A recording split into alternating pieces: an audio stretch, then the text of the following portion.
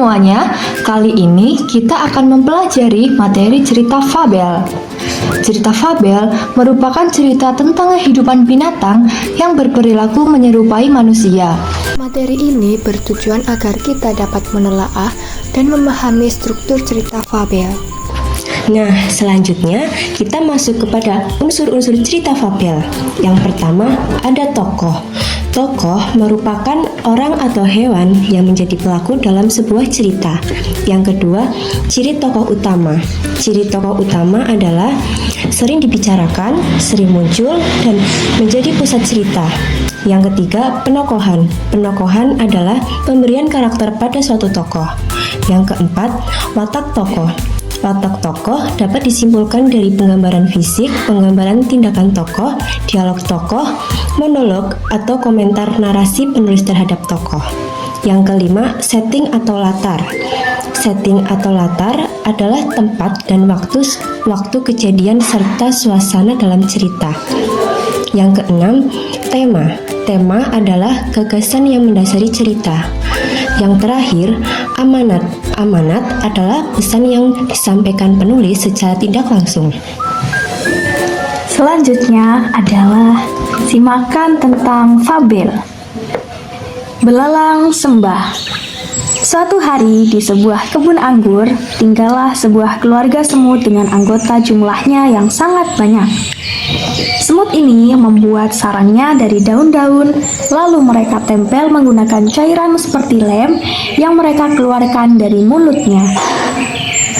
Para semut melihat bahwa musim gugur akan segera berlalu dan akan segera datang musim dingin yang cukup panjang. Ketika musim dingin, makanan akan sangat sulit untuk didapatkan. Maka, para semut itu segera mencari berbagai macam makanan untuk mereka kumpulkan sebagai bahan persediaan ketika musim dingin telah tiba. Berbeda halnya dengan seekor belalang sembah. Belalang sembah memiliki mata yang besar dan tangan yang panjang. Mereka sering hidup di pohon-pohon seperti halnya para semut. Ketika musim dingin akan tiba, belalang sembah hanya berlatih menari. Setiap hari, belalang sembah itu hanya berlatih menari. Namun, sang belalang lupa bahwa dia harus mengumpulkan makanan untuk persiapannya menghadapi musim dingin. Suatu hari, sang belalang sembah menari di dekat sarang semut.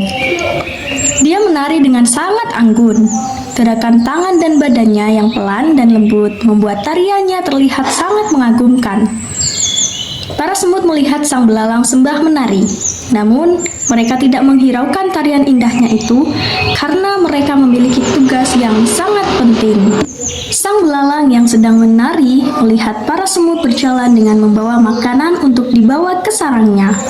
Sang belalang sembah heran dengan apa yang dilakukan semut. Lalu, dia bertanya kepada salah satu semut tentara yang sedang berjaga di dekat para semut pekerja. Kenapa kalian membawa makanan yang sangat banyak itu masuk ke sarang kalian? Sang semut menjawab, Kami melakukannya agar kami tidak kelaparan saat musim dingin tiba. Lalu, sang belalang kaget. Musim dingin? Kata sang belalang sembah dengan kagetnya. Kan masih lama.